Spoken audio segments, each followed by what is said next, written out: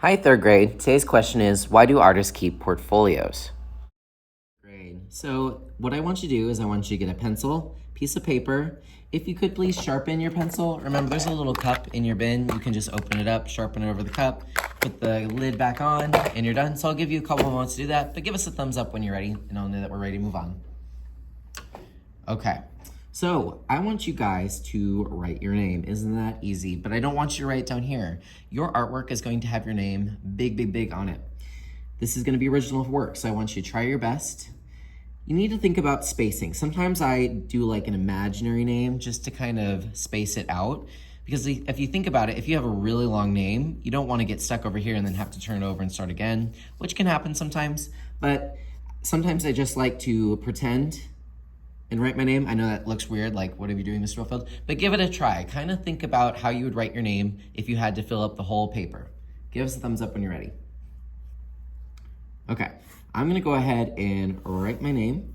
You can make the letters like crazy big or small. I'm gonna do kind of a mix up of the two. Doesn't matter how much space is in between them. In fact, I like it when they're closer because then you can do some overlapping, which we'll talk about. All right, but I went ahead and put my name. My name is Joseph Boatfield, even though you'll call me Mr. Boatfield, but give me a thumbs up when you're ready. All right, now I'm gonna show you the trick for making bubble letters. So if you outline a letter, like the letter J, and then eventually we're gonna take our eraser, either the one on your pencil or the one in the bin, and you erase the inside, the skeleton of that letter, you'll be left with a bubble letter. Now, if you wanna do your own kind of bubble letters, fine, go for it. I'm not gonna stop you. O is really easy. All you have to do is just put another O and then you're there. S, go around, boom, and then erase the inside. I like to just outline my letters first and then go back in and erase the outside, so that's what I'm gonna do now with the rest of my letters. If you have a letter that has a hollow part, like a P or an E, you may need to go around, and then I also go in the inside as well.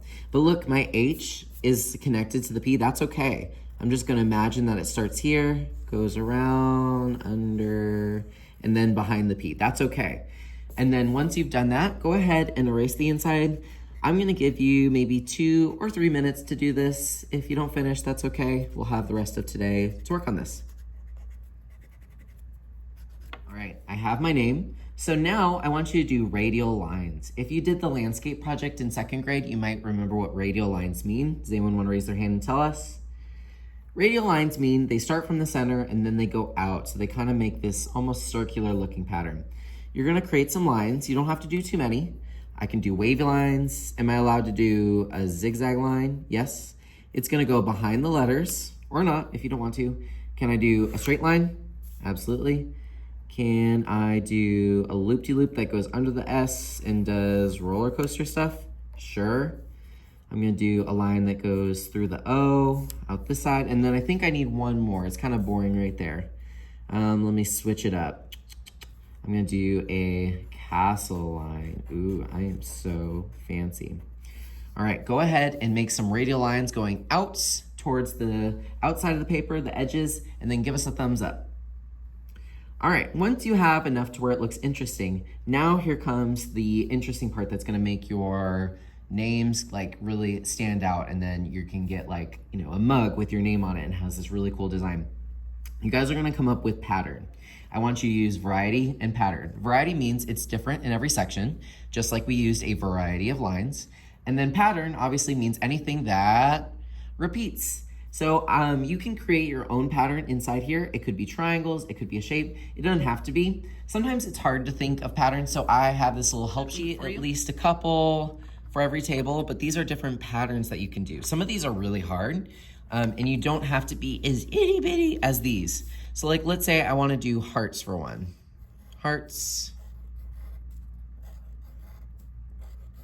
Okay, so I already filled up one pattern. Could be hearts. What's another one? This thingy. I'm gonna do that thingy. It looks like there's some lines. Could pattern be letters? Yes. Could pattern be shapes? Could pattern be color? Yes. We're not coloring today, but that's okay. I'm gonna take some time and I'm going to do some patterns. I want you to draw light. So I'm not pressing hard on the pencil.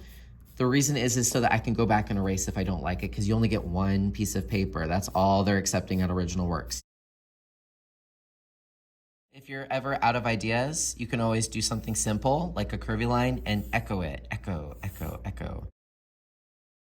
All right, so I have a different variety of patterns. Now it's time for the Sharpie. Yes, I know, the dreaded Sharpie.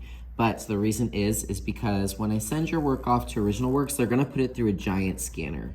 And they need to be able to see your name if they're gonna print it. So you need to make your lines bold.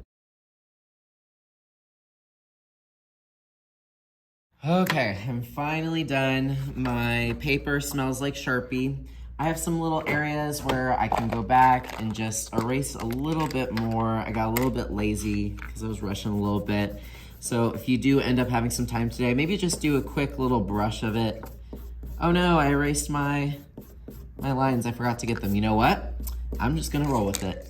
I don't need them after all. If I didn't care enough to get the Sharpie in there, then I guess I didn't need them. So I'm gonna go ahead and just brush this off. You can place this on the back counter. You don't need to write your name on it because it already has your name.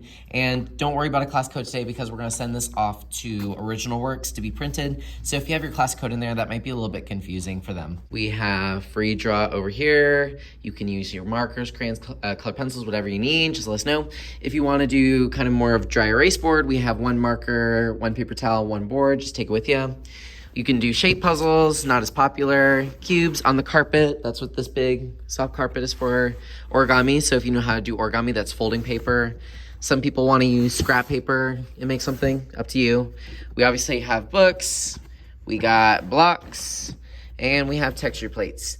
But remember, you don't need to add color to your work today. That's gonna be all next time we're gonna do, and we are gonna put this on the back counter. Have an amazing day, and I'm excited to see your names.